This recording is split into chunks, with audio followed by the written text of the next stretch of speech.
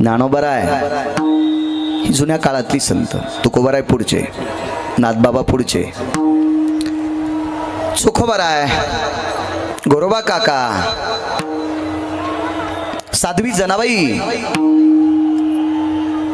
विश्वगुरु निवृत्तीनाथ, आदिशक्ती मुक्ताबाई, श्रीगुरु सोपानदेव ही 700 वर्षापूर्वींची संत. महाराज ज्ञानोबराय आणि संत शिरोमणी नामदेवराय जर जन्माला आले नसती ना तर महाराज तुम्हाला भजन नसतं म्हणता आलं, व तुम्हाला मृदंग नसतं वाजिता आलं, तुमच्या दोघांवर बॉम्ब टाकतं नाही, गिरगावच्या बाळ्यालाही कीर्तन करता नसतं आलं. महाराज विद्वत्तेच्या भांडाराला किलूप लावलेलं होतं. विद्वत्तेच्या भांडाराला एक मोठं किलूप लावलेलं होतं आणि त्या किलूपाची चावी विशिष्ट प्रकारच्या एका वर्गाच्या कमरेला बांधलेली होती. ती चावी घ्यायची ताकद ब्रह्मदेवाच्या पण हातात नव्हती योगेश बुवा. ती चावी फिट्ट कमरेला बांधली. त्यांना मनाला वाटन त्या दिवशी ते भांडार उघडायचं आणि विशिष्ट प्रकारच्या वर्गांना त्याच्यातलं ते देऊन टाकायचं. कोणालाही देता येत नव्हतं. पण ज्ञानोबराय जन्माला आले महाराज, ती विश्वगुरु निवृत्तीनाथांची कृपा आहे. विश्वगुरु निवृत्तीनाथांची कृपा आहे. ज्ञानोबरायला आदेश दिला, ज्ञानराजा एका व्यक्तीच्या कमरेला त्या चाव्या येतात, त्या घेता का चाव्या तोडून? महाराज विश्वगुरु निवृत्तीनाथांचं वाक्य म्हणणं सांगणं आदेश आहे काका. आणि माऊली महावैष्णव ज्ञानोबरायने त्या कमरेला बांधलेल्या किंवा गळ्यातल्या दोऱ्याला बांधलेल्या त्या चाव्या बुवा दोऱ्या सगळं तोडून घेतल्या. किलूप उघडलं. त्या भांडाराला दुसरं कोणतंच कुलूप येत नव्हतं, तेच येत होतं. म्हणून ते किलूप आणि त्या चाव्या अशा ठिकाणी फेकून दिल्या 700 वर्षापूर्वी, अजून कोण्याही हरामखोराला सापडल्या नाही. आणि त्यानं सापडण्याचा सुद्धा प्रयत्न करू नये. ते भांडार असं उघडं केलं, असं उघडं केलं, असं उघडं केलं की कोणी या पण गळ्यात तुळशीची माळ घालून या, कोणी या तुळशीची कंठी घालून या, कोणी या वारकरी संप्रदायाचे नियम सांभाळून या आणि या भांडारातला जो माल पाहिजे ते घेऊन जा. सकळासी येथे कलियुगी उद्धार. आपल्याला फक्त सकल हा शब्द वापरायचा. ज्ञानोबरायच्या कृपेने आपल्याला या भांडारातलं ज्ञान घेता आलं आणि संत शिरोमणी नामदेवरायाच्या कृपेने आपल्याला कीर्तन करता आलं. कीर्तनी परंपरा स्वतंत्र नामदेवरायांची आहे. नामदेवरायाच्या अगोदर कीर्तनकार होते 9. त्याच्यापैकी सर्वश्रेष्ठ कीर्तनकार कोण असतील तर मुनी श्री शुकाचार्य. ती कीर्तन मात्र बसून. इदन्न भयास्थित व्याप्ती जनयो काला स्थिता भयव्यान्मतानां यशोदि जायोति प्रसंगे यत्काल नियंता वेदाभूषितो शास्त्राभूषितो पुराणस्य मतितार्थ गिवार्णयो जना.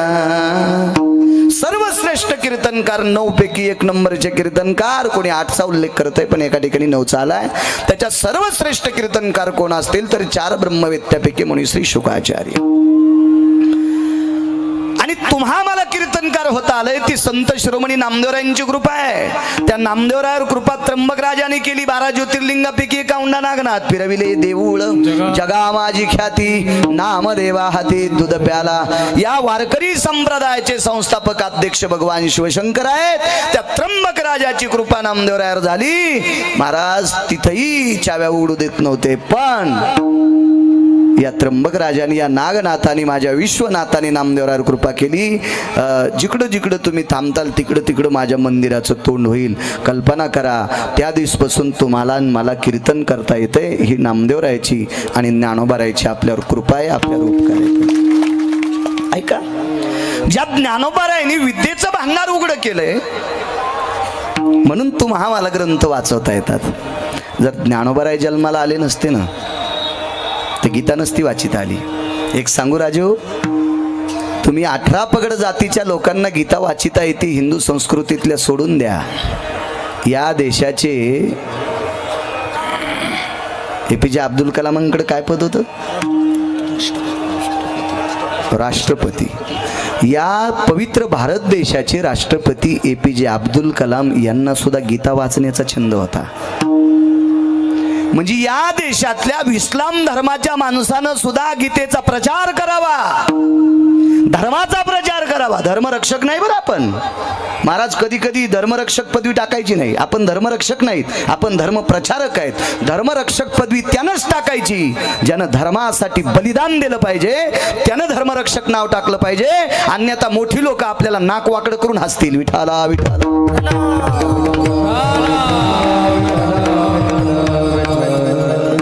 धर्मनिरपेक्ष महाराणा प्रताप धर्मरक्षक आहेत. रयतेचे राजा छत्रपती शिवरायांचे सुपुत्र शंभूराजे धर्मरक्षक आहे, बलिदान दिलंय. गुरु गोविंद सिंहांचे पुत्र महाराज धर्माच्या रक्षणाकरता मृत्यू पावले. बलिदान झालं, बलिदान. मागच्या 15 दिवसापूर्वी तो बलिदान दिवस होता. महाराज या लोकांनी धर्मरक्षक पदवी लावायची. आम्ही धर्म प्रचारक आहोत, आपण नामाचे धारक आहोत, लोकांना नामस्मरण सांगणारी दिशा देणारी माणसं आहोत. आणि धर्मरक्षक होऊ शकतो एक देव. यदा यदा ग्लानिर अभ्युत्थानं तदात्मानं परित्राणाय विनाशाय च धर्मसंस्था संभवामि युगे युगे. देव हा धर्मरक्षक आहे. तुमच्या माझ्या किंवा सर्वसामान्य सात्विक सनातनी लोकांना त्रास देणारा भडवा जन्माला आला, हरामखोर जन्माला आले, नालायक जन्माला आले, यांना आपटिण्यासाठी जगाचा पाप अवतार घेतात. धर्मरक्षवा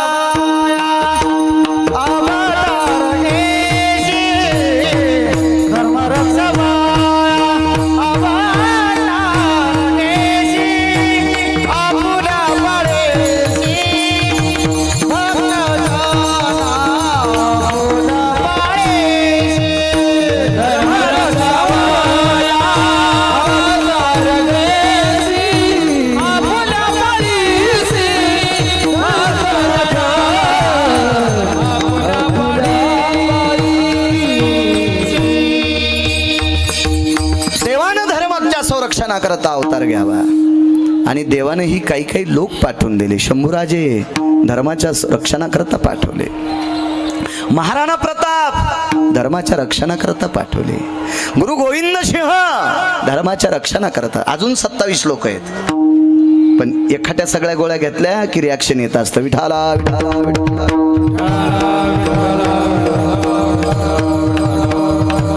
धर्मरक्षणाकरता महाराज, देश रक्षणाकरता काही ठराविक लोक आले.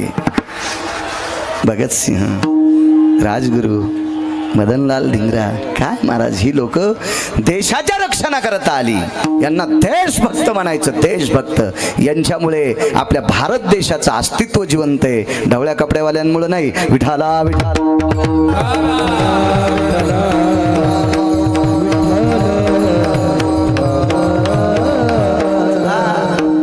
काय उपकार आहेत महाराज.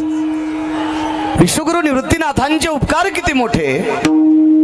चला ज्ञानोबरायाच्या उपकारामुळे या देशातल्या प्रत्येक व्यक्तीला गीता वाचो. सकाळी मी पहाटे आम्ही 4:45 लागलो होतो प्रदक्षिणेला.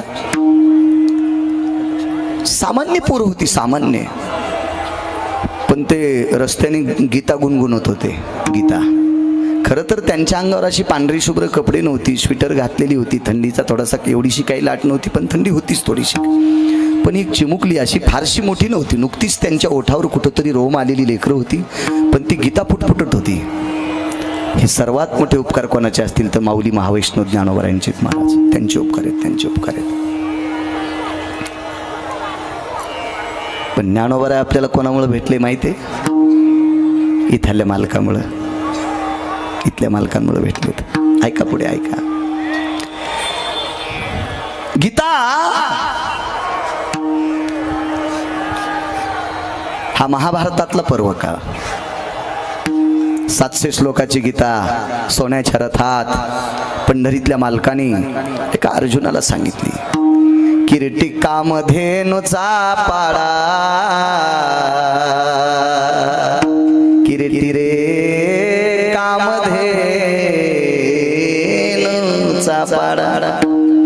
पाडा म्हणजे वासुदेव. वासरू, कामधेनू गाईचं पासरू. किरीटी कोण? अर्जुन. हे अर्जुन कामधेनू गाईचं वासरू आहे. आणि या वासराला पंढरपुरातल्या मालकाने गीतेचं अमृत पान दिले, गीतेचं दुग्ध पान दिले. महाराज वासरूही त्या लायकीचं लागेल ना. गाईच्या कासात तोंड घालून हुमण्या देऊ देऊ देऊ देऊ तिची कास फोडून टाकली आणि चाऊ चाऊ तिचे स्तन तोडून टाकले, असं वासरू नाही. किरीटी कामधेनूचा पाड. काय महाराज ते कामधेनू गाईचं वासरू. त्या ब्रह्मरसाचं जेवण करण्याची पात्रता माझ्या अर्जुनांकडे होती. आणि विटीवरच्या मालकाने ती अर्जुनाला ब्रह्मरसाचं पारणं दिलं गीतेच्या स्वरूपात. महाराज अर्जुनाला गीता आकलन करण्याची बुद्धी होती. काय सांगू आता संतांचे उपकार. अर्जुनांना बुवा महेश बुवा गीता आकलन करण्याची, त्या गीतेची अस्खलितता अंतःकरणात अशी प्रगट करण्याची शक्ती होती. ती आपल्याला नसती ना महाराज, आपल्याला नसती.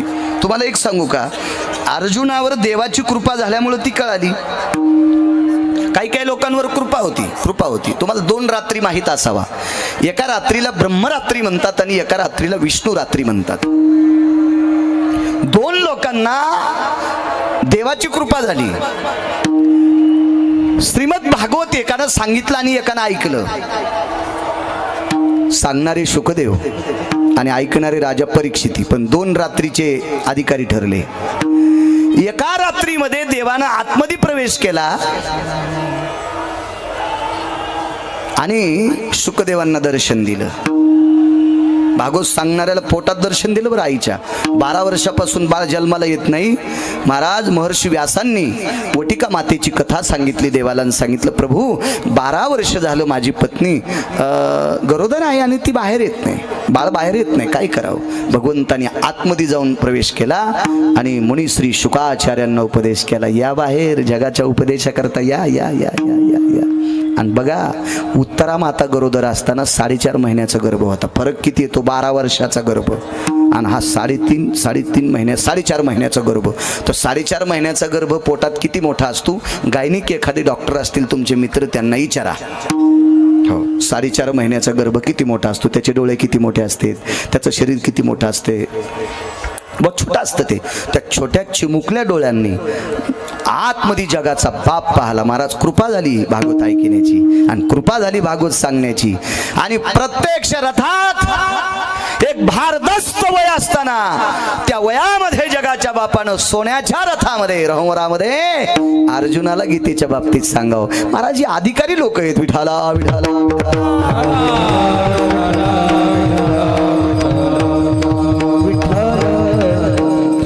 महाराज शुकाचार्य कृपा पात्र आहेत. 1800 श्लोक 7 दिवसामध्ये नमूद केले. आणि या श्लोकाचं विवरण लक्षात येण्यासाठी आईच्या पोटातच उपदेशाची कृपा आशीर्वादाचा पिंड मिळाला. म्हणून बसल्या बसल्या 18,000 श्लोक आकलन करण्याची शक्ती राजा परीक्षितीला मिळाली. कृपा लागती महाराज, कृपा लागती. अर्जुना महाराजावर कृपा होती. खरं तर अर्जुन वारकरी होते, शक्यतो वारकऱ्यावर कृपा होती. पाहती पांडव अखंड वनवाशी परित्या देवाशी. रात्रंदिवस पांडव भजन करत होते त्या अर्थी ते वारकरी आहेत आणि वारकऱ्यावर देव कृपा करतो. ठीक आहे, अर्जुनावर कृपा झाली म्हणून गीता कळाली. आपल्यावर कृपा नाही ना महाराज, नाही कृपा आपल्यावर. का नाही? आपण अर्जुनासारखे अधिकारी नाहीत, आपण शुकदेवांसारखे अधिकारी नाहीत, आपण राजा परीक्षितीसारखे अधिकारी नाहीत. आपलं तेवढं पुण्य नाही, आपली पात्रता नाही, आपली योग्यता नाही, आपली लायकी नाही. याच्या पलीकडे सांगतो, आपली सेवा नाही, आपली साधना नाही. महाराज तेवढी साधना असल्यावर कोणाला होणार नाही, तितकी साधना नाही ना आपली. अर्जुनाची नामाची एवढी साधना, अर्जुन महाराजांची नामाची एवढी साधना. राजाच्या घरात जन्माला आलेला कुमार, राजघराण्यात जन्माला आलेला राजकुमार. महाराज काय साधना, एवढी नामाची पकडन, एवढी साधना. झोपी गेल्यावर अंगावरचे रोम कृष्ण कृष्ण म्हणत होते. काय साधना असेल. झोपी गेल्यावर डोक्याच्या जटा कृष्ण कृष्ण म्हणत होत्या. जटा जटा जटा. या साधनेमुळे जगाच्या मालकाला एका तारुण्य वयामध्ये प्रापंचिक जीवनामध्ये एका रथात बसून गीतेचं प्रबोधन केलं 700 श्लोकाचं. ब्रह्मरसाचे पारणे अर्जुना करता दिले. आपल्यासाठी काय माहिती, आपल्याला या ब्रह्मरसाचं पात्र भरलेले पण डब्याचं ढक्कन असं लावलं ते ढक्कनच उघडणं. आपण नुसता वरूनच डब्बा पाहलो, त्याचा सुगंध सुद्धा बाहेर येईन. घट्ट लावलेला डब्बा, त्याचं ते ढक्कनच उघडणं, त्याचं झाकणच उघडणं. आपण नुसतं ते ब्रह्मरसाचं पात्र पाहा लागलो, पात्र पाहलो. गीताई म्हणजे लिहिलेलं पात्र, ग्रंथ गीतेचा. आपण नुसता तो डब्बा पाहत होतो त्या पवित्र पात्राचा, पण ते आपल्याला ते उघडता येत नव्हतं. उघडं तर कसं खावं कळता येत नव्हतं. कळायला पाहिजे ना खाता खाता. अहो साधी पदार्थ खाणं अवघड आहे. आम्ही एकाकडे जेवायला गेलो, पक्ष होतं त्यांच्याकडं, आणि ते पक्षाचं जेवायला गेल्याच्या नंतर पक्षामध्ये 2-3 पदार्थ मुख्य असतात, त्याच्यापैकी एक पंचामृत असतं. आता देवाच्या पूजेचं पंचामृत वेगळं, हे इकडे लाई जाऊ नका, त्याला पंचगव्य म्हणतात, आणि हे पंचामृत होतं. आता हे काय वाढलं म्हणून एक जणांनी विचारलं, तर वाढणाऱ्याने सांगितलं महाराज हे पंचामृत आहे. आता याला अभिषेकाचं पंचामृत आज माहीत असल्यामुळे यानं फुरका हाणला. फुरका हाणल्याबरोबर त्याला इतक्या जोरात ठसका लागला की त्याच्या तोंडातलं पाणी आमच्या सगळ्याच्या पात्रावर पडलं. आम्ही हात धुतले आणि बाहेर आलो. म्हणजे 14 जणांचं जेवण मातीत घातलं एकट्या नालायकानं. आता त्याच्या तोंडावरचे थेंब आल्यावर जेव्हा वाटतं का मला सांगा बरं, कसं जेव्हा वाटेल. म्हणजे पंचामृत. आता त्याचं नाव मोठं लक्षण खोटं. मिरच्याचे तुकडे, शेंगादाण्याचा कूट, तिळाचा कूट, थोडंसं दही घातलेलं, फार काय असला तर गुळ जरसा घातलेला, आणि चिंचेचं पाणी घातलेलं, असंच पंचामृत असतं ना. हे फार काही हुशारच बाई असेल तर थोडासा काळा मसालाही टाकते. आती जरा अजून सुगरण असेल तर जिऱ्याची पुन्हा फोडणी देते. त्याला बाई बी सुगरण असावा, उदार असावा, अशी जर असेल तर हे पंचामृत. हे पंचामृत खाणे, एका सामान्य बाईनं केलेलं पंचामृत खाण्यासाठी अक्कल लागते. तर गीतेचं ते ब्रह्मरसाचं जेवण करण्यासाठी अक्कल किती लागेल. आम्ही एकदा जेवायला बसलो तर जेवायला केले लाडू. भाज्या 1-2 होत्या, वरण होतं. वरण हा मुख्य पदार्थ आपल्या याच्यातला. लाडू केले, तर लाडूची चाचणी थोडी कडक झाली त्या बाईच्या हातानं. पोरगं रडत होतं आणि रडता रडता तिकडे गेली. त्याच्या तोपर्यंत ती गॅस 2 मिनिटं शिल्लक तापला, आणि तेवढ्या काळात त्या साखरेची चाचणी कडक झाल्यामुळे बुवा लाडू कडक झाले. लाडू कडक झाल्याच्या नंतर आता दुसरे करायला वेळ नव्हती ना, लागलीच जेवायला बसलो. जेवायला बसल्यानंतर लाडू थोडे कडक झाले. काय करावं आता, मी धोत्रे माणूस. माझ्या मनात आलं कडक लाडू कसा खावा. मी आपलं टोकरून खाण्याचा प्रयत्न केला, पण माझ्या एक जणांनी मांडी दाबली, यात नावानी इकडे जाऊ नका, लोक आपल्याला हसतील. पुढे प्रतिष्ठित शिकलेले माणसं बसलेले. मी म्हणलं हे जरी शिकलेले असले ते बंधा तोंडात कोचतील का. बंधा कोचतायचं नाही महाराज, लाडू ते फोडावंच लागेल ना. बरं हातानं दाबावा तर फुटानं, लाडूचे 2 तुकडे होईनच ना. 2, 3, 4 करायला पाहिजे. जरा मऊ असला की माणूस खालचे खाली दाबितो. बरं ताटं जेवायला वाढल्यामुळे ताटं अशी लग्नात आलेले होते, ते खाली दाबल्याबरोबर खाली जायचे, आणि हात काढला की ताटातलं सगळं तोंडावर याचं. असे ताटं होते, ते सप्रेम भेटीत आलेले होते, फुकटचंद ताटं ते. त्याच्यामुळे सगळं जेवताना सगळं लक्षच होतं माझं. मी असू द्या धोत्र्या, शिक्षण कमी होतं माझं, पण माणसानं कशी जगातल्या चालीरीती पाहून जगलं पाहिजे, मग अडचण येत नसते. हो, काही अडचणी. मला सांगा, एक जणाला सासरा श्रीमंत भेटला आणि त्यानं लग्नात घोडं आणलं. ते मला मी त्यावेळेला लग्न लावित होतो. आता नाही लावित कोणाचे लग्न. आता फार काय केलं तर तुळशीचं लावित असतो, कारण हे लग्न लावू लावू मग बेल पडला. आता नाही लावित. तू ते लग्न लावायचं नवरदेव मला म्हणला, महाराज घोड्यावर कसं बसू. म्हणलं तू खाली बसतोय घोडं ठू. म्हणजे ज्याला सासरा इतका उदार भेटलाय त्याच्या जावायला घोड्यावर बसायची अक्कल नाही. किती ज्ञातीपणे. विठाला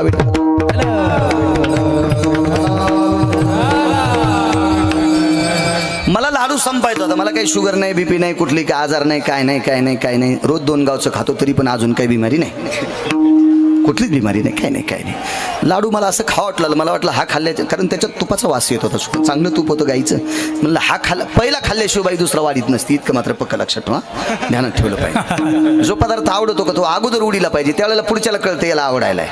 हो, काही माणसं इडे येत आपल्याला पुन्हा वाढायचे नाही म्हणून त्याच का साफ सोपून ठेवायचा आणि शेवटी खायचा. ते मग गोत्यात येतं कारभार सगळा. आपण खाऊन टाकायचं, नसला तरी खाणारच येतं, आणि नाही पुन्हा वाढा तरी खाणारच येत नाही. त्याच्यामुळे आपलं संपून टाकायचं. काही माणसं काय करते, पुन्हा ठेसा वाढून म्हणून पहिल्याच खाते. मग त्याला वाटतं ठेसा कळतो ना तुम्हाला मिरच्याचा. ते जास्त खाल्ल्यामुळे त्या बाईला वाटतं पुन्हा घ्या. काही पदार्थ अशी काय आलं जास्त नाही खायची, काही सात्विक पदार्थ असते ती खायची. मला खास ते मांडी दाबायचा, तोंडाने फोडीत असतात का काय. मी म्हणलं बरं तू सुरू कर, मग तसा मी खातो. अर्धा जेवण झालं ते जगता काका आमचं. त्यानं लाडू असा दाबला, अर्धा त्याच्या हातातून अर्धा उडाला. अर्धा उडाल्याच्या नंतर 2 फूट वर गेला, आणि उडाल्याच्या नंतर नेमका त्याच्यात दुर्नात पडला वरणाच्या. त्याच्या धोरणात लाडू पडल्याच्या नंतर आमच्या सगळ्याचे धोत्र भरले, पिवळे चुटूक धोत्र झाले. किती नालायकपणा. लाडू खाची अक्कल नाही महाराज. महाराज गीता सेवन करायची अक्कल लागायची नाही. आपल्याकडे पात्रता लागेल, आपल्याकडे विद्वत्ता लागेल, आपल्याकडे योग्यता लागेल.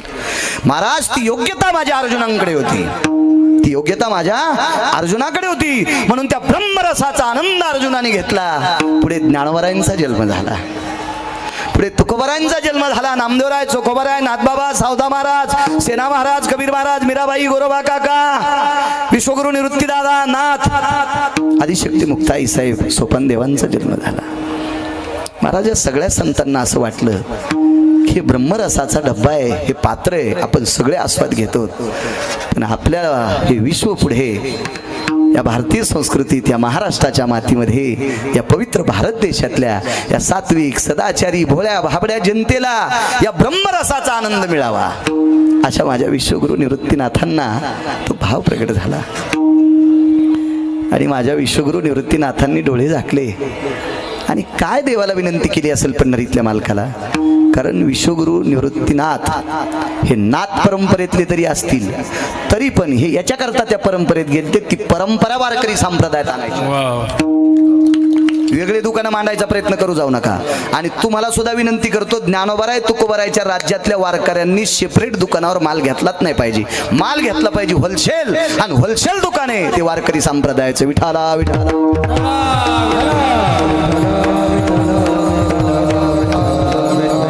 सांगा, एखादा जर निवृत्तीनाथांना वेगळं उचलीत असेल, ते नाथपंथी आहेत. अभंग कोणाचे आहेत? अभंग काही पाहता का नाही, गाथा बघता का नाही? निवृत्ती दैवत पूर्ण मनोरथ,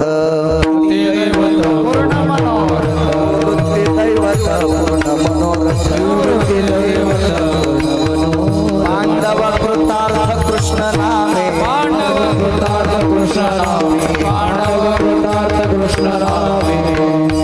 निवृत्ती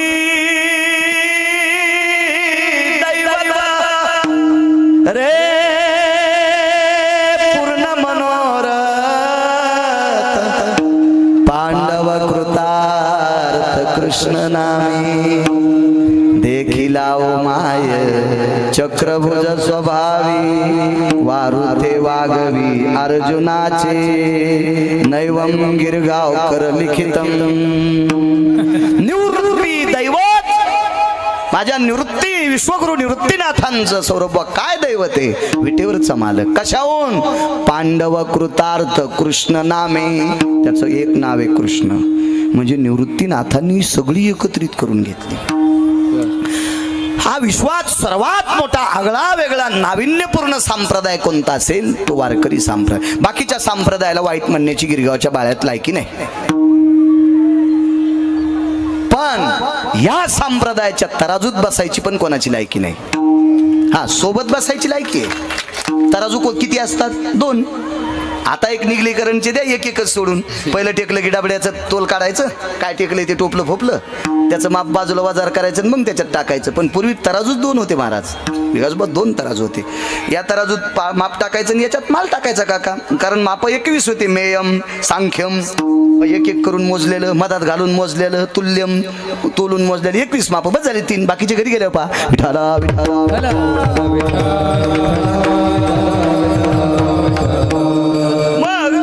या तराजूत जर एखादा संप्रदाय असेल तर या तराजूत बसण्याची योग्यता नाही, त्याच संप्रदायाच्या बाजूला बसण्याची योग्यता आहे. तो संप्रदाय मोठा होईल. किती मोठा संप्रदाय? कारण या संप्रदायाची पुन्हा एकदा उल्लेख करतो, अध्यक्षच भगवान विश्वनाथ आहेत. आदिदेव भगवान विश्वशंकर आहेत. तिन्ही देव हे सब देवों के बाबा आहेत, विश्वाचे मालक आहेत. निसर्गाचं सृष्टीचक्र त्यांच्याकडे. कालच्या 12 तारखेला महाराष्ट्रात कुठे कुठे पाऊस पडलाय, इथं तुमची आमची बेजारी होणे म्हणून थांबिलाय. या मालकात ताकद आहे. इथं बसलेल्या त्र्यंबक राजात ताकद आहे. महाराज सृष्टीचं चक्र एका जागेवर बसल्या बसल्या फिरवायची ताकद आहे. आणि ते या संप्रदायाचे अध्यक्ष आहेत. आदिनाथ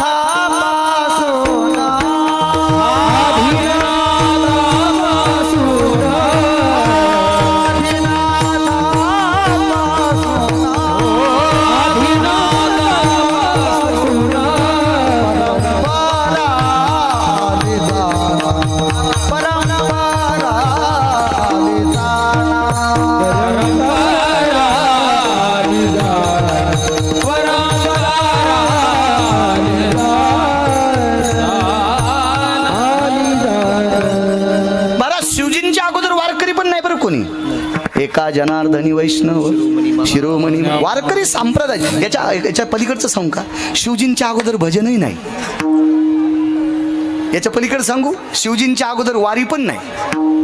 वारी सुरू केली माझ्या त्र्यंबक राजाने, भजन सुरू केलं माझ्या त्र्यंबक राजानं, वारकरी संप्रदायाची स्थापना केली माझ्या त्र्यंबक राजानं, आणि कंबर बांधून फेटा बांधून कीर्तन करायला मान्यता दिली माझ्या त्र्यंबक राजानं. आणि तुमच्या आमचे एक जण म्हणला, महाराज महाअभंग आहे, पपेची मा ऐकायची नाही सुमळे, लोकांच्या गोळ्या संपल्यात का तू या अभंग वाचायला. अरे अभंग ज्या ज्या साधूवर माझ्या त्र्यंबक राजाची, माझ्या विश्वनाथाची कृपा आशीर्वाद आहे, त्या साधूचे अभंग ऐकतात का, कारण ते भंगतच नाहीत ना, भंगलेल्याला नीट करते. ती गाथ्यातली अभंग आहेत, आणि ती गाथे करणारी माझ्या विश्वनाथांच्या दरबारातले. विठाला विठाला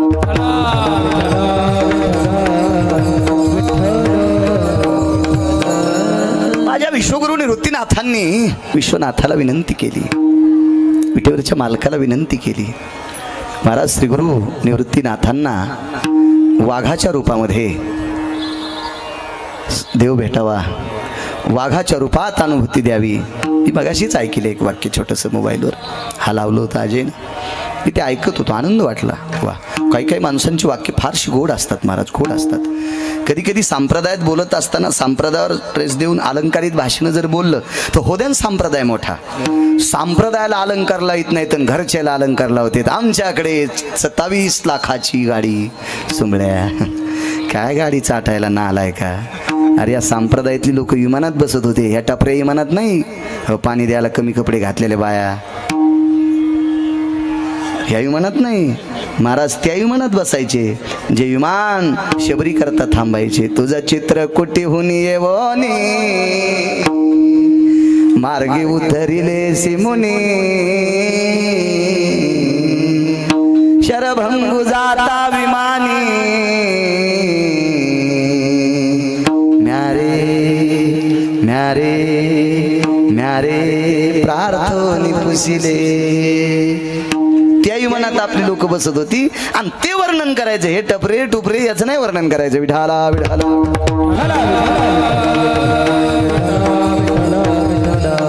संस्थापक अध्यक्ष माझे विश्वनाथ, त्या विश्वनाथाला आणि विटेवरच्या मालकांना एकांतात बोलवलं. महाराज सृष्टी कोणाच्या ताब्यातचा आहे माहिती का, या 2च लोकांच्या. एकानं फक्त जन्म दिलाय बरं का, आणि तेही पंढरपुरातल्या मालकाचं पोरग आहे, ज्यानं तुम्हा मला निर्माण केलं का. हरामासाचा ही उभी टाकी केली 9 छिद्राची, या टाकीला 9 छिद्र आहेत महाराज. काय कला आहे त्या करणाऱ्याची, मनान पाणी बाहेर येत नाही. तुम्ही पाडा ना एखाद्या पात्राला छिद्र, त्याच्यात पाणी टाका, गावरान तूप टाका, कोणतंही केमिकल टाका, पटापटा पटापटा पात्र फोडून बाहेर येते. पण अशी उभी टाकी तयार केली, तिला 9 छिद्र पाडले, मनानं काहीच बाहेर येत नाही. काय विधाता हुशार असेल. पण एवढा चतुर विधाता पंढरपुरातल्या मालकाच्या कमळातून एक नाभीतून कमळ जन्माला आलो, आणि त्या कमळावर विधाता जन्माला आला. मालकाचा मुलगा आहे, पंढरपुरातल्या मालकाचा. पण हे जन्म घालणं त्यांचं काम आहे. पण या 2 देवांनी याला कसं सांभाळायचं दोघांकडं काम आहे. नालायकपणा केल्याच्या नंतर त्र्यंबक राजाच्या हातात कोण्या दिवशी फुकायचं आहे. हो, आणि याच्यात काय काय टाकायचं हे पंढरपुरातल्या मालकाच्या हातात. विश्व चालते फक्त 2 देवावर, एक पंढरपुरातले मालक आणि एक काशीतले मालक. विठाला विठाला. आणि या दोन्ही देवांना एकांतात बोलून माझ्या विश्वगुरु निवृत्तीनाथांनी विनंती केली, प्रभू हे डब्यात भरलेलं अमृत आहे, हे डब्यात भरलेला प्रसाद आहे, हा माझ्या भोळ्या भाळ्या शेतात राना वनात काम करणाऱ्या लोकांना मिळावा प्रभू, मिळावा मिळावा प्रभू मिळावा. देवा काही विशिष्ट प्रकारची लोक घेतील हो, एखाद्याच्या नादी लागून घेतील हो देवा. पण माझ्या रानावनात काम करणाऱ्या, काट्या कुट्यात काळ्या मातीत अंग भरणाऱ्या माऊलीला, काळ्या मातीत स्वतःच्या रक्ताचा घाम करून मातीत टाकलेल्या माझ्या शेतकरी राजाला मिळावं देवा, मिळावं मिळावं देवा. माझ्या विश्वगुरु निवृत्तीनाथांची विनंती आहे 2 देवांकडे. देवा ऐकता ऐकता देवा. ह्या काळ्या मातीमध्ये स्वतःच्या रक्ताचा घाम टाकणाऱ्या कुटुंबात जन्माला आलेली वारकरी, धर्मनिरपेक्ष धर्मप्रचारक, देवा नामाचे धारक, यांना हा तुम्ही अर्जुनाला सोन्याच्या रथात दिलेला प्रसाद अशा एका डब्यात ठेवलाय, त्या डब्याचं ढक्कन उघडत नाही, आणि जरी उघडलं, पानं जरी गीतेची उघडली तर मधलं कळत नाही हो देवा, आणि ते कळावं अशी माझी इच्छा आहे. द्या ना देवा तेवढा, करा ना आमच्यावर कृपा, करा ना कृपा. आणि 2 देवांनी, माझ्या विश्वनाथांनी आणि पंढरीतल्या मालकांनी निवृत्तीदादांना आदेश दिला, आणि निवृत्तीदादांनी माऊली महावैष्णव ज्ञानोबरायला जवळ बोलवलं, डोक्यावर हात ठेवला. ज्ञानराजा, ज्ञानराजा, जी जी जी जी जी जी जी ज्ञानराजा, एक काम करा आता. काय करायचंय? विश्वाच्या मालकानं सोन्याच्या रथात दिलेलं पात्र त्या अर्जुनाकडे, अर्जुनानं खूप ठिकाणी ठेवलंय, म्हणजे प्रेसवर छापू छापू पुस्तकं, गीतेचे ग्रंथ, पुस्तक चुकून शब्द आला, ही गीतेची ग्रंथ ठिकठिकाणी आहेत. त्याचं ढक्कन सुद्धा आता काढलेलं आहे, पण त्याच्या मधलं खाता येत नाही. ज्ञानराजा, खाता येत नाही. ती भोळ्या भाळ्या जनतेला ते कानावाट खाता यावा, कानावाट आत घेता यावा, आणि आत घेतल्याच्या नंतर तृप्तीचा ढेकर देता यावा, आणि हा धर्म सांभाळण्याची पात्रता त्याच्यात यावी. एवढं करा ना ज्ञानराजा. आणि मग ज्ञानोबरायांनी गीतेची एक देवी तयार केली, एक देवी प्रगट केली. त्या देवीचं नाव आहे ज्ञानदेवी. ग्रंथश्रेष्ठ ज्ञानदेवी. आणि ही ज्ञानदेवी ग्रंथ भावार्थ दीपिका आपल्यासाठी ज्ञानोबरायांनी केली. पण ज्ञानोबरायावर कृपा कोणी केली? विश्वगुरु निवृत्तीनाथांनी केली. विश्वगुरु निवृत्तीनाथ जर नसते तर तुमच्या आमच्यापर्यंत ते रथातलं अमृत आलं नसतं, ते पारणं, ते ब्रह्मरसाचं भोजन आपल्यापर्यंत आलं नसतं. ती विश्वगुरु निवृत्तीनाथांची कृपा. म्हणून देहूतले मालक पहिल्या कडव्यात म्हणतात,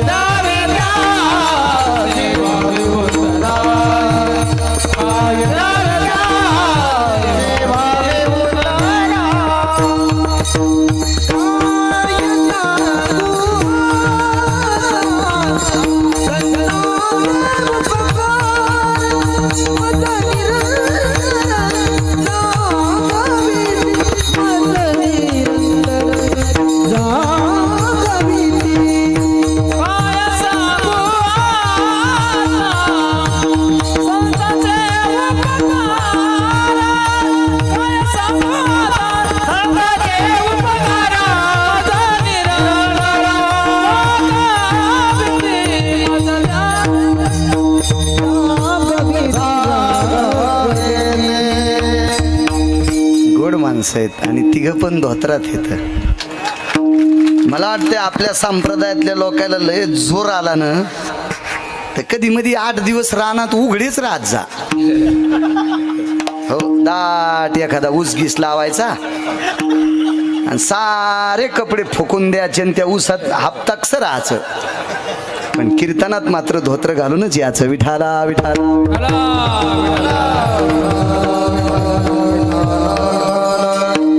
आहेत माझ्या निवृत्तीनाथांचे. एक सांगू तुम्हाला, महाराज 18 संतांचे उपकार झाले 31 डिसेंबरला. आणि विश्वगुरु निवृत्तीनाथांचे उपकार झाले आज मकर संक्रांतीच्या दिवशी.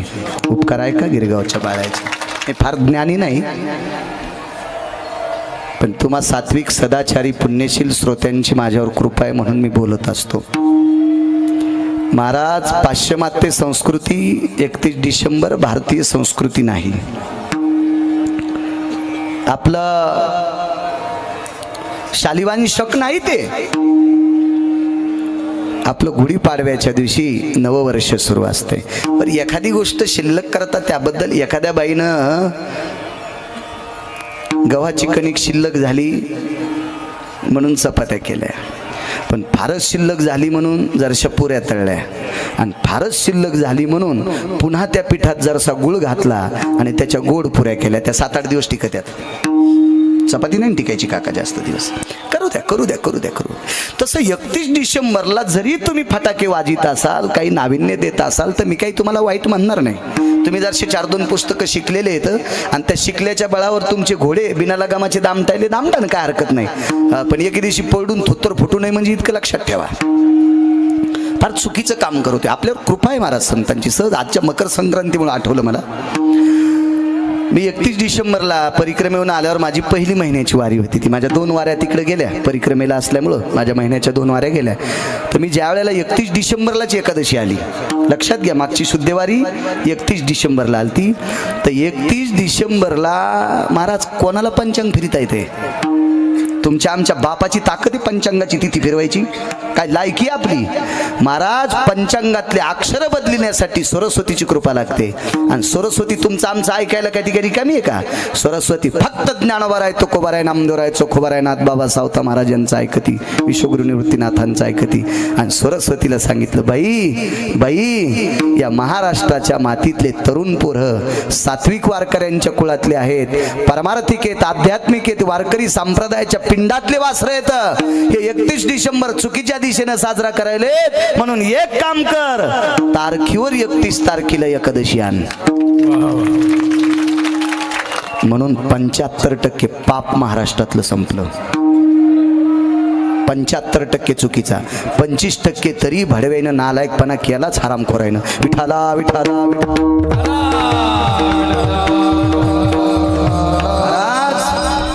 पवित्र विश्वाच्या मालकाच्या दरबारात मला चुकीचं टांगलेलं दिसत होतं. त्या टांगलेल्या दुकानावर एक बी दाढीवाला माणूस नव्हता. म्हणजे सतारभाई, अख्तरभाई, चाऊसभाई एकही नव्हता. हे तुमच्या गंध लावणाऱ्याच्या हरामखोरायचे कार्टे होते. जर एकादशी 31 डिसेंबरला आली नसती सौरभ बुवा, तर 100% पाप भारतात, जाऊ द्या महाराष्ट्रात झालं असतं. ती एकादशी 31 डिसेंबरला आली. आपल्याला चपराक आहे. आणि ऐका मायेनं दुसरी चपराक, तुम्ही बी लय येड्यावानी करू लागल्या. हो, मोकळ्या सोडलेल्या मेंढ्यावानी, शेपुडेवानी करू लागला. तुम्हाला जरसं डोका असू द्या, राग येऊ द्या गिरगावच्या बाळ्याचा, पण ऐका ऐका, 2-3 वर्षापूर्वी एकादशीच्या दिवशी भोगी आलती.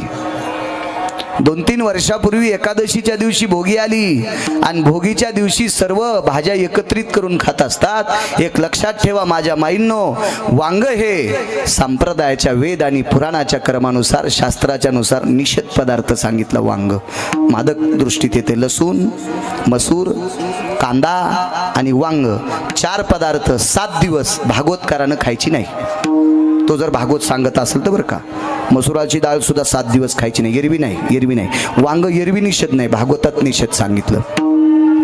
तर ही सर्व वांगे, ही सगळी पदार्थ आपण एकत्र, आणि आयुर्वेदाचा दृष्टिकोन जर पाहिला तर गवार आणि वांग हे रक्ताला चवीला जास्त चांगले होते, पण रक्तातला दोष वाढवते गवार आणि वांग. म्हणून तर जखम असणारी माणसं खरूच कुत्र्यावानीच खाजीत. मला नाही, मी तुम्हाला खाजून दाखवायलो. हे हे हे वांग आणि गवार, डॉक्टर सुद्धा सांगतात डोळ्याचं ऑपरेट झाल्याच्या नंतर गवार टाळा, वांग टाळा. म्हणजे कुठं खाजवायला लावतात का नाही, म्हणजे रक्तामध्ये अशुद्धपणा आणतं. हो, वांग वांग. तर ती वांग भोगीच्या दिवशी आपल्याकडं प्रसाद आहे. चंपाषष्ठीच्या दिवशी माझ्या विश्वनाथाचा प्रसाद आहे. खंडेराया कुलदैवत माळसाकांत, भगवान त्र्यंबक राजाचा अवतार आहे, विश्वनाथाचा अवतार आहे, भगवान शिवजींचा अवतार आहे. सांगितलं तिथं मला गोकुळात सदा वांगे भाजून भरीत करी, वर कांद्याची कोशिंबिरी. ते वांग जाळात भाजा, गौऱ्याच्या आहारात भाजा, पोषक ठरेल, पोषक ठरेल. पण काही काही दिवशी ते वांग निषेध सांगितलं.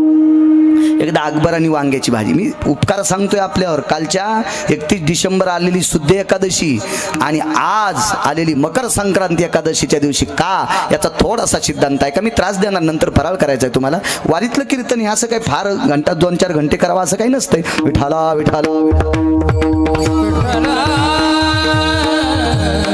आणि फारच झटपट सोडत हे 2 वासरं म्हणतील गिरगावकरांना असं टाकणं टाकायला चालतं वा, केलं म्हणूनच करायला केलं. योगेश भाऊ आणि सौरभ भाऊ म्हणतील हे काय नाही घोगल्या टाकायला आलता. पूर्वीच्या काळात लग्न असलं की भावकीच्या घरी चिमणे आणत होते. जिंच्या पॅन्टीवाल्यानं काय हसू नका, तुम्हाला कोणत्याच चिमण्या कळत नाहीत त्याच्यामुळे काय मान हलू नका तुम्ही. विठाला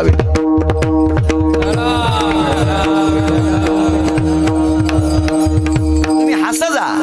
हे जीनच्या पॅन्टीवाले जुना ऐकल्यावर पुढचं हसल्यावर एकदा हसत येत आणि कशासाठी हसलाय कळाल्यावर एकदा हसत येत. यायचं काम झालं सुनबाई रेवानी. जरा जुनं लक्षात घेत जा. चला, बिरबलाला वांग्याची भाजी केली. वांग्याची भाजी बिरबलानं करायला लावली. अकबरानं वांग्याची भाजी खाल्ली. दोघं जेवायला बसले होते.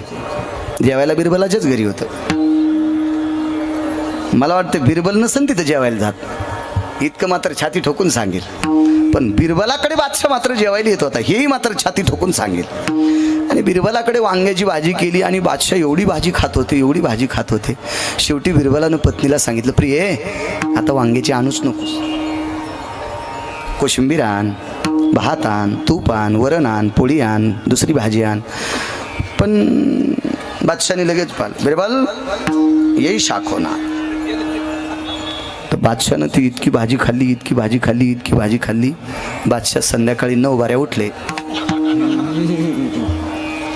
पूर्वीच्या काळात जुनी भाषा झाडा फिरून येतो.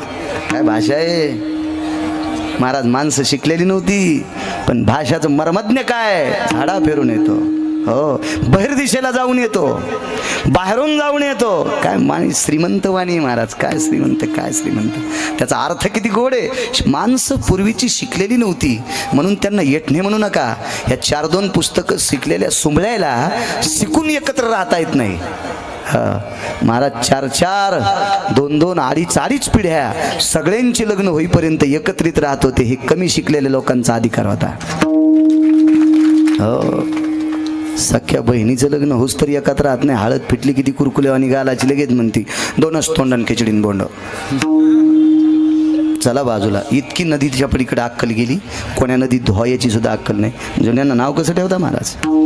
आणि बिरबलाला 10-7-8 वेळेस उठावं लागलं. अकबराला चुकून बोललो. आणि सकाळी दरबार भरल्याच्या नंतर जरा बेचैन होते. सरकार आप बेचैन दिख रहे, परेशान दिख रहे, हिंदी भाषेत होते ते. अरे क्या बिरबल, रात्रीच्या भाजीनं जरा बेजारच केलं. चवदार होती रे, पण मला 9 वेळेस जावं लागलं. तर बिरबल म्हणला, सरकार ती चवदार आहे पण जास्त खाल्ल्यावर बेजार करती, इसके वास्ते भगवान ने इसके ऊपर खुट्टी ठोकी है.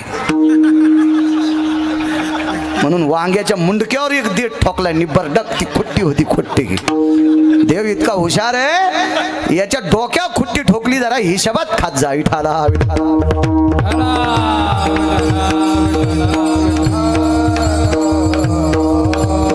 माझ्या माईंनो, 31 डिसेंबरचा पर्व काळ तुम्हाला सांगितला किती चुकीचा लोक करत होते. माझ्या ज्ञानोबराय तुकोबारायांनी पंचांग बदललं. म्हणजे काय करता येईल मला, वृद्धी काय, क्षय काय, बौ काय, करण काय, निमिष काय, लाघव काय, सूत्री काय, पर्व काय, मांगल्य काय, प्रहर काय, या सगळ्या गोष्टी बदलायची ताकद सरस्वती यांनी बदललं आणि त्या दिवशी घेतलं. महाराष्ट्रातलं पाप संपवायचं होतं म्हणून एकादशीच्या दिवशी 31 डिसेंबर आला. नालायक पोराला सुद्धा आई सांगते, बाबा आज जाऊ नको बरं पार्टीला, जाऊ नकोस माय, एकादशीच्या दिवशी 31 डिसेंबर आला. हो, निवळ येडगळ, दोरी तुटलेली एखादी असेल एखाद्याला, तू पण कमी कपडे घालून कुठं बी नाचायला जाऊ नको बरं बाबे. हो, एकादशीच्या दिवशी 31 डिसेंबर आला, जरा हिशोबात राह. आवरी जा, आवरी जा. ज्यांना वासरं आवरता येत नाहीत का त्यानं समजायचं जनावराला जन्म द्यालाय. आणि कोण्या पाळलेल्या नाही, जंगलातल्या. ज्याला मुलगी आवरीता येत नाही, ज्याला मुलगा आवरीता येत नाही, कशाला जन्म देता, कशाला. आवरीत जा, आवर घाली जा. 31 डिसेंबरला आवर घातली महाराज. एकादशीचा पर्व काळ आणि संक्रांत आली आजची एकादशीला. बऱ्याच बायकां मागे भोगी ज्या वेळेला एकादशीच्या दिवशी आली त्यावेळेला महाराष्ट्रातल्या कितीतरी बायकांनी वांग्याची भाजी भोगीच्या दिवशी खाल्ली. माय पाप केलं तुम्ही, पाप पाप केलं, चांगल्याला विचारी जा, सनातनाला विचारी जा, सात्विकाला विचारी जा, असं म्हणण्यापेक्षा ज्यानं शास्त्र पुराणाचा अभ्यास केलाय त्याला विचारी जा. मधल्या बैंगण्याला विचारी जाऊ नका, आपले बैंगण कुठेही भासतील. विठाला विठाला. आपण अनुचित प्रकार करू नये. मकर संक्रांत एकादशीच्या दिवशी आली, महाराज पौष वद्य एकादशीला आली. या एकादशीच्या दिवशी वाण देण्याचा पर्व काळ गोड आहे. प्रत्येक स्त्रीनं 2 खणं आणायचे, एक तुळशीला आणायचा, एक स्वतःला आणायचा. आणि जिची सासू सौभाग्यवती गेली, म्हणजे मालकाच्या अगोदर गेलेली जी सासू आहे तिनं खणं 3 आणले पाहिजे. एक आपल्या सौभाग्यवती आहे सासूचा आणायचा, एक तुळशीचा आणायचा आणि एक स्वतःचा आणायचा. एकादशीच्या दिवशी जिनं वाण दिले तिनं ती तशीच खणं ठेवायची. तुळशीतला तुळशीत पिसानं झाकून ठेवायचा आणि देवघरातल्या आपल्या सासूबाईचा किंवा आपला एकट्याचा झाकून ठेवायचा. आणि उद्याच्या द्वादशीला नैवेद्याचा फराळ द्यायचा, नैवेद्याचा म्हणजे मिष्टान्नाचा नैवेद्य द्यायचा. एकादशीच्या दिवशी संक्रांत आली तर सुगड्याला मिष्टान्नाचा नैवेद्य द्यायचा नाही, फक्त तिळागुळाचा. एक लक्षात ठेवा, फारसा अभ्यास नाही, जास्त काही पुराणातून असं फारसं काही मिळालं नाही, पण एक थोडासा पुरावा लाभला. आजच्या एकादशीला तिळाचा आणि गुळाचा फराळ सुद्धा चालतो. हो हो हो हो, तिळाचा आणि गुळाचा फराळ. एरवीच्या एकादशीला तिळ चालतात का न चालतात मी त्याबद्दल अनभिज्ञ आहे, कारण त्याची मला जास्त माहिती नाही. गुळ तर प्रत्येक एकादशीला चालतो, पण तिळ मात्र या एकादशीला चालत असतात. या महिन्यातल्या पौष महिन्यातल्या एकादशीला तुम्ही तिळ घेऊ शकता. असा वैकुंठवासी ज्ञानातलं मर्मज्ञ रत्न श्री गुरु धारूरकर शास्त्रींचा पुरावा मी ऐकला. विठाला विठाला.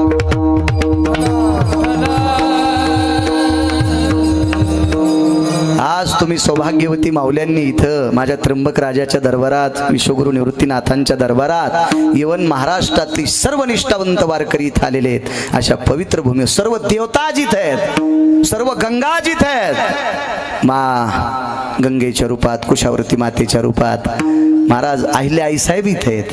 हो, न्यायशास्त्र ज्याने केलं ते गौतम महा ऋषी, न्याय देवता इथे, जगातले सर्व 10 न्याय त्यांच्याकडे आहेत. हे सगळे इथं आहेत आणि इथं तुम्हाला मकर संक्रांतीचं वाण देण्याचा योग आला. हा फार छान. असं काही एखाद्या वेळेस घडत असतं का? त्यावेळेला बुद्धिवादी किंवा पुराणातल्या विद्वान लोकांना विचारून ते सण साजरे करीत जा, ही तुम्हाला विनंती करतोय. विठाला विठाला.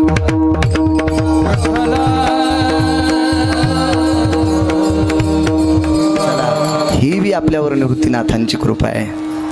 मागची सुद्धा सगळ्या संतांची एकादशी तिचा तसं नसतं. द्वारकाबाई नसतं, मंजुळाबाई नसतं, अंतिकाबाई नसतं, कस्तुराबाई नसतं, शेवंताबाई. ऐक माय, नागिनीचं पान इतकं पवित्र आहे की त्या पानावर जर तांदूळ ठेवले आणि त्याच्यावर सुपारी ठेवली तर प्रत्यक्ष गणपती बाप्पा गणानंद्वांगणवदे गवामहंगव प्रिया लगेच अक्षंदनंज महत्पुण्यम पवित्र पापनाशनाक्षदंज महत्पुण्यम पवित्रमाशना याला एकदंतस्तदेव जाभिषानां गिरिजा यदसुदे तत्राणां विघ्नहर देवता गणपतये नमो नमः.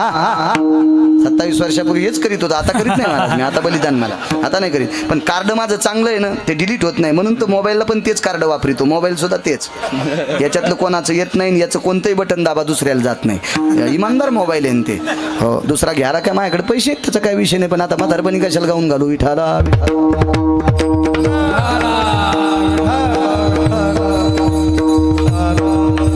त्या नागिनीच्या पानात ताकद. नागिनीच्या पानाचं तोरण, जगताप काका तोरण. नागिनीचं पान कलशाला, नागिनीचं पान कलशाला.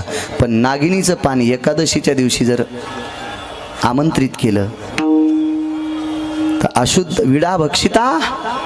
हो, अभंग पाठ आहे आपल्याला सर. अशुद्ध विटाळशीचे खळ आणि विडा भक्षिता. एकादशीच्या दिवशी नागिनीचं पान इतकं वाईट असतंय आणि नागिनीच्या पानाशिवाय भोगविडा देता येत नाही. म्हणून काल आली भोगी, त्याच्यामुळे तुम्ही भोगविडा तुळशीला दिला त्याबद्दल ठीक आहे, पण आज एकादशीच्या दिवशी मात्र नागिनीचं पान कुठल्याही क्षेत्रात वापरायचं नसते. म्हणून शक्यतो पूजापाठ सुद्धा एकादशीच्या दिवशी शक्यतो बंद असते. काही काही लोकांचे तर नियम आहेत, एकादशीच्या दिवशी आरती पण नसती, असते ती पण. त्या लोकांना बी त्याचा तो अभ्यास आहे, त्याचं सूत्र आहे, त्याचं न्याय आहे.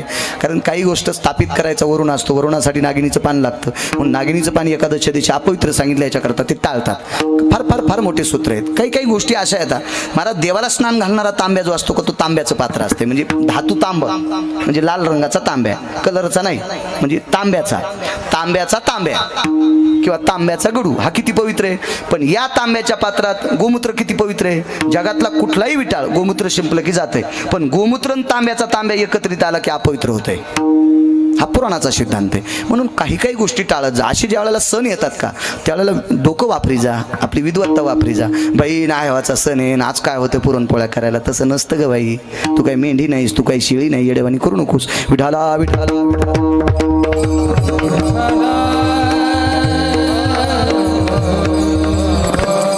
कारण आज अहिल्येनं गौतमा करता वाण दिले.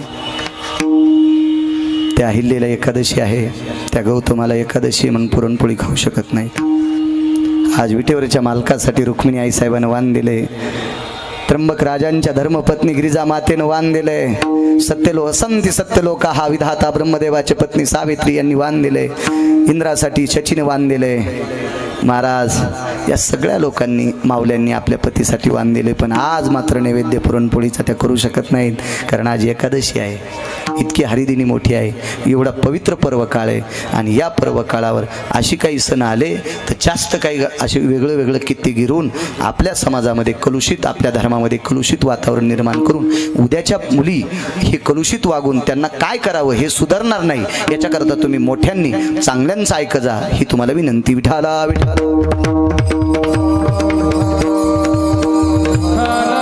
माऊली महावैष्णव ज्ञानोबरायांना प्रेरित केलं आणि आपल्याला ज्ञानदेवी प्राप्त झाली, ज्ञानेश्वरी प्राप्त झाली. महाराज सर्वांना कळेल, रुचेल, पचेल अशी अवस्था आपल्याला स्वतःला जरी नाही कळत आली तर आपल्यात असे काही विद्वान आहेत वारकरी संप्रदायामध्ये. ते वारकरी संप्रदायातले विद्वान आपल्याला ज्ञानेश्वरीचं अमृत देऊ शकतात, ते ब्रह्मरसाचं पारणं देऊ शकतात. आणि हे ब्रह्मरसाचे पारणं करण्याची योग्यता, खाण्याची कानावाटे घेऊन अंतकरणात ठेवण्याची, तृप्तीचा ढेकर देऊन अंतकरणात ठेवण्याची पात्रता जर आपल्याला कोणामुळे प्राप्त झाली असेल तर विश्वगुरु निवृत्तीनाथामुळे काय सांगू. आता संतांचे उपकार मज निरंतर जागविती, हे जीवनभर संतांचे एवढे उपकार आहेत का, हे चंद्र सूर्य येतोपर्यंत ते मिटल्या जात नाहीत. संतांचे उपकार आहेत का, त्या उपकारानं साईड इफेक्ट नाही. बाकीच्या उपकाराचं काय खरं नसतंय. एक जणानं गावरान तूप दिलं 15 किलो, एका गरीब माणसाला गावरान तूप दिलं 15 किलो. त्याची परिस्थिती नाजूक होती, त्याच्याकडे ज्वारी भाकरीसाठी होती पण भाजीसाठी काहीच नव्हतं. म्हणजे बाकी भाजी घेण्यासाठी त्याच्याकडे पैसे नव्हते. त्याच्याकडे तुरीची डाळ सुद्धा 1 कट्टा 50 किलोचा होता. तर एका व्यक्तीनं सांगितलं, आता मीठ काही जास्त महाग नसतंय, मीठ आणत जाय, तुरीचं वरण शिजवत जाय आणि तुरीच्या वरणात ज्वारीची भाकरी चुरून खात जाय, लावून खात जाय. घट्ट केलं तर लावून खात जाय, पातळ केलं तर चुरून खात जाय. पण ते म्हणलं जरा चवत नाही, मसालेच नाहीत. पण मोठा माणूस होता, उदार अंतकरणाचा. त्यानं महाराज 15 किलो तूप दिलं, 1000 रुपये किलोचं लोणकड्याचं तूप दिलं. लोणकड्याचं तूप 1000 रुपये किलोचं दिलं म्हणलं, ते 15,000चं तूप झालं ना. ते 15,000चं तूप घेतल्यावर आता वरण करायचं, थोडंसं मीठ टाकायचं आणि ज्वारीची भाकरी गरम गरम करायची आणि चांगला पसाभर खोंगा त्या वरणात टाकायचा आणि ज्वारीची भाकरी चुरून खायची. झाला का नाही उपकार. की किती मस्त त्या माणसानं सोय केली. पण हे इतकाही चित्र बैंगण्या होता, यानं त्याच्यातलं 7.5 किलो तूप इकलं आणि रोज पाव किलो बैंगण आणत होता. आणि 5 किलो बैंगण आणायचे, त्याचे काटे काढायचे, ते भाजायचं, मग काटे काढायचे, त्याचं भरीत करायचं आणि भरताव तूप खात होता. बऱ्याच बैंगण यायला तूप कशावर खावा अक्कल नाही. महाराज पुढच्यानं आपल्याला गावरान तूप दिलं पण खाणाऱ्याला अक्कल आहे का, नाही. पण हे जे आपल्याला ज्ञानोबरायांनी निवृत्तीदादांच्या कृपेनं, निवृत्तीनाथांच्या कृपेनं दिले. कधीच लोक दादा म्हणत होते पण माझ्याही तोंडाला दादा येते. खरं तर निवृत्तीनाथांना दादा म्हणणं आपली पात्रता नाही. विठाला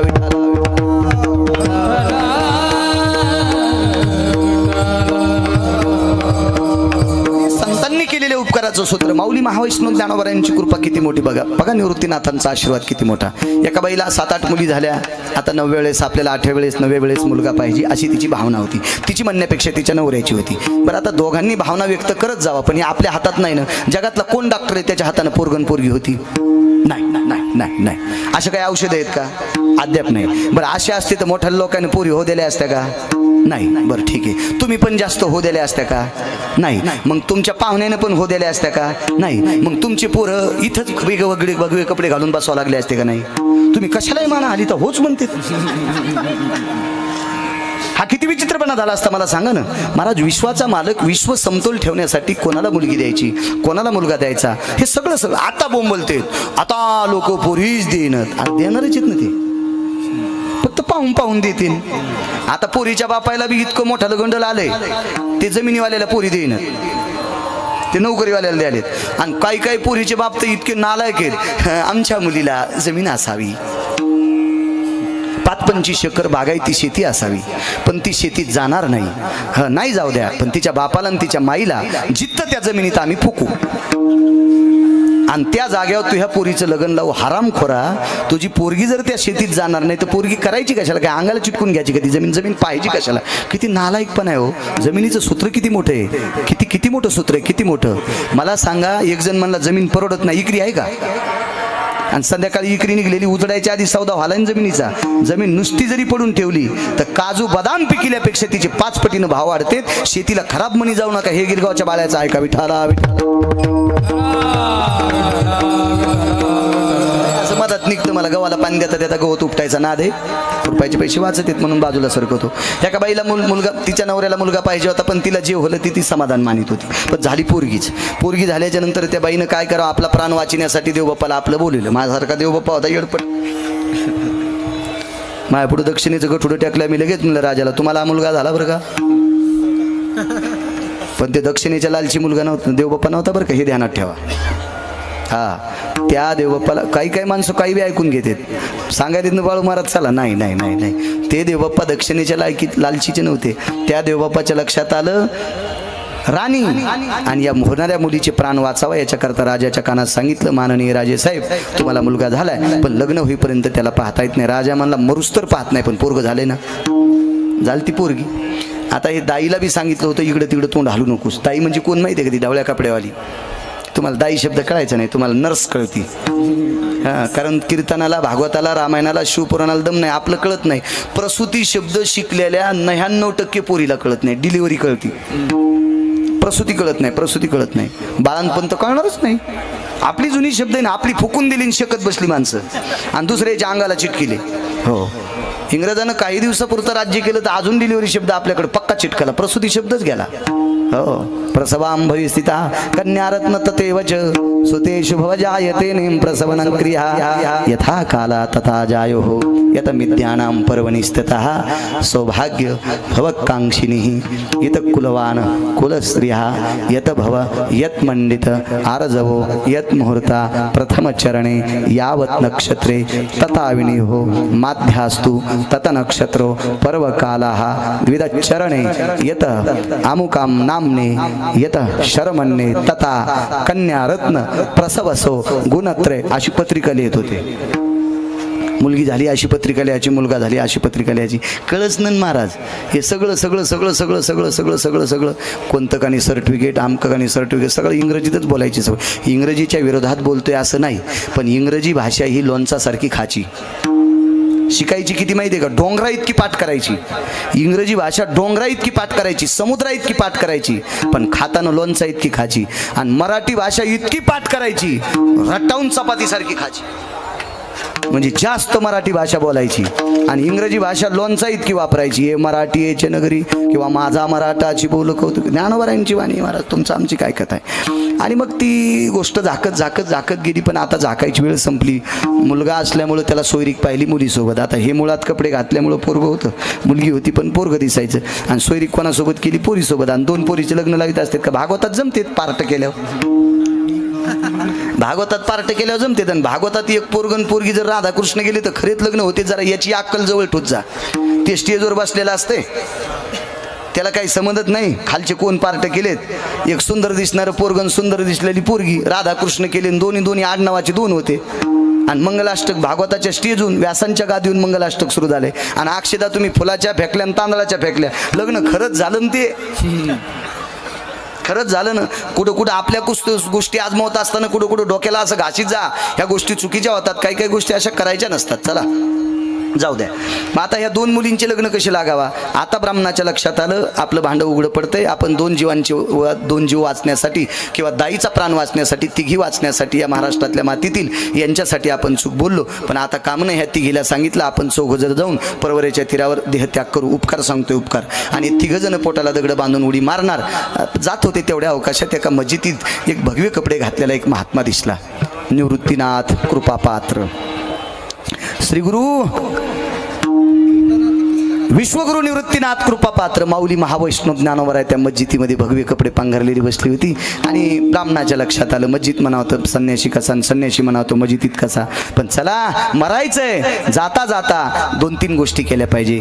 डोळ्यानं देव आठवलं पाहिजे आणि तोंडानं देवाचं नाव आठवलं पाहिजे आणि कधी कधी गपाळ साधूच्या पायावर ठेवलं पाहिजे. अंतकालेच मामेव स्मरणमुक्त कलेवरा. चला आता आपल्याला मरण कळत नाही त्याच्याकरता आपण पाय साधूच्या पायावर ठेवू शकत नाही, पण चाललो तितकं कळत असते. सर्व इंद्रियाला कुड पडे मृत्यूस भ्रमा माझी बुडे मन होय वेडे कोंडे प्राण कोंडून जाते. त्यावेळेला पोरापोरीला आवाज बबी आली का चेबी आली का अंतिके आली का काल का तम काल का असं म्हणतो. कधी कधी देव आला का असं म्हणत जाऊ दे. पण आता हे सावध लोक होते, यांनी विचार केला साधूचं दर्शन घ्यावं आणि ज्ञानोबारायचं दर्शन घेत असताना ती मुलगी पाया पडली. बाळा काय चाललं? तिने रडू लागली म्हणे बाळा नाही मी मुलगी. जी निमिष मात्र देह पालटीला स्त्रियेचा तो केला पुरुषोबा. फरक इतकाच आहे का? ज्ञानोबारायच्या कृपेनं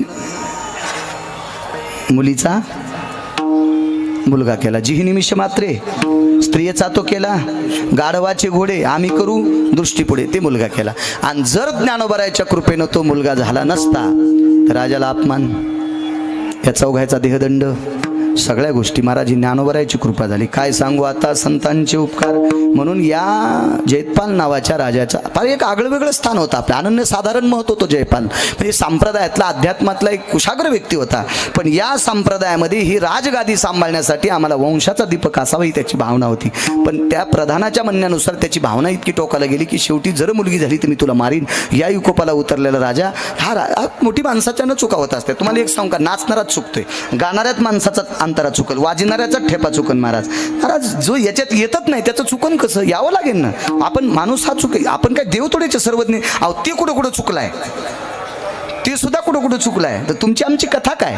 चुकत असते. मग राजा एक थोडीशी चूक झाली प्रधानाचं ऐकून, आणि ही प्रधानाचं ऐकल्यामुळे ही चूक विशुद्धपणात येऊ नये याच्याकरता ज्ञानोबारायांची कृपा झाली आणि त्या मुलीचा मुलगा केला. पण ज्ञानोबारायला हा अधिकार माझ्या निवृत्तीनाथांकडनं मिळाला. काय सांगू आता संतांचे उपकार. मज निरंतर जागविती विठोबा रखुमाई.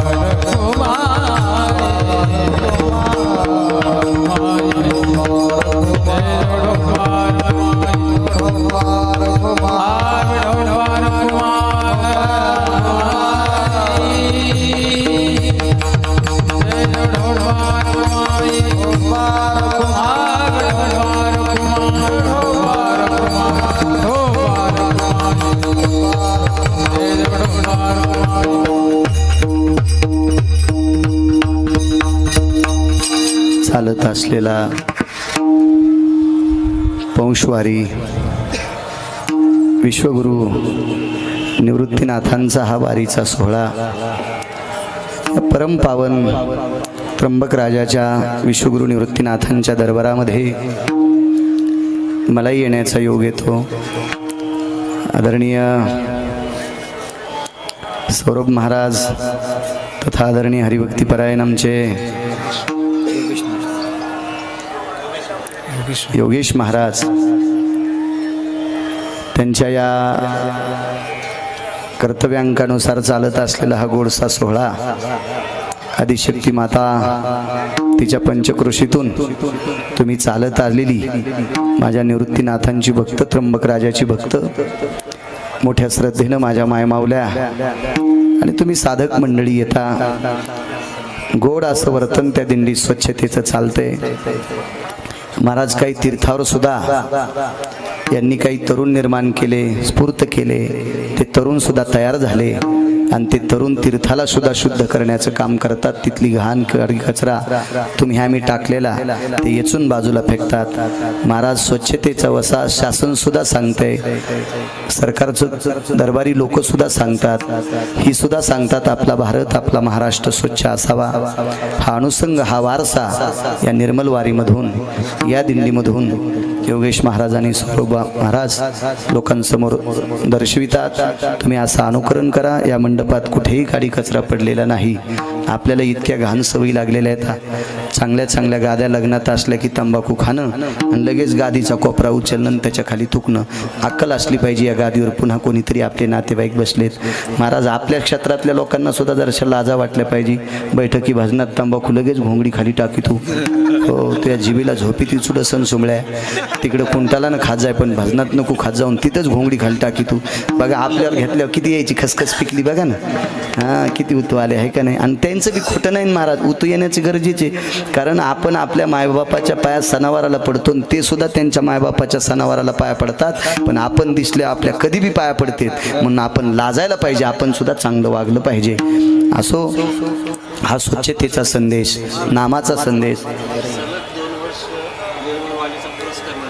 क्या बात आहे. वा, गेली लगातार एकसारखं 2 वर्ष शासनांकडनं निर्मल वारीचा पुरस्कार पात्र असलेली दिंडी. महाराज, मला माझ्या मनानच 2 वाक्य पडले होते, 2-3 वाक्य. श्रीगुरु विदर्भ पंढरी सद्गुरू गजानन महाराजांचा आश्रम पाहायला, सगळे कुठले आश्रम पहा, स्वच्छता. आणि इकडं देवगडला श्रीगुरु गुरुवर्य प्रातस्मरणीय भास्करगिरी बाबांचं नियोजन पहा, तिथंही स्वच्छता. आणि सद्गुरू गाडगे बाबांची स्वच्छता पहा. मी तिन्ही नावं सुरुवातीलाच कीर्तनात सांगितले होते. मला काय देवानं बुद्धी दिली असेल निवृत्तीनाथांनी. आणि तो वसा हे दिंडी चालक करतात आणि पुरस्कार पात्र आहेत. ही स्वच्छता घरी पण आपल्या ठेवली पाहिजे.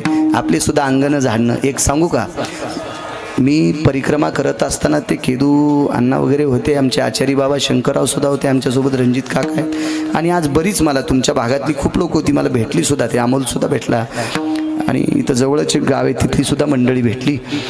की आम्ही एमपीत गेल्याच्या नंतर 2-2 कोटीच्या घराच्या पुढं 2x2चा टप्पा गाईच्या शेणानं सारवलेला. तितकीच जागा गाईच्या शेणानं सारवलेली. त्याच्यात रांगोळी काढायची, रामप्रभूचे पावलं काढायचे, स्वस्तिक काढायचं, एखाद्या देवतेची प्रतिमा काढायची, वाराची रांगोळी काढायची. प्रत्येक वाराच्या रांगोळी वेगवेगळ्या आहेत. अष्टदळ काढायचं, म्हणजे गाईच्या शेणाचं. म्हणून सडा टाकणे, तुळशी वृंदावन लाव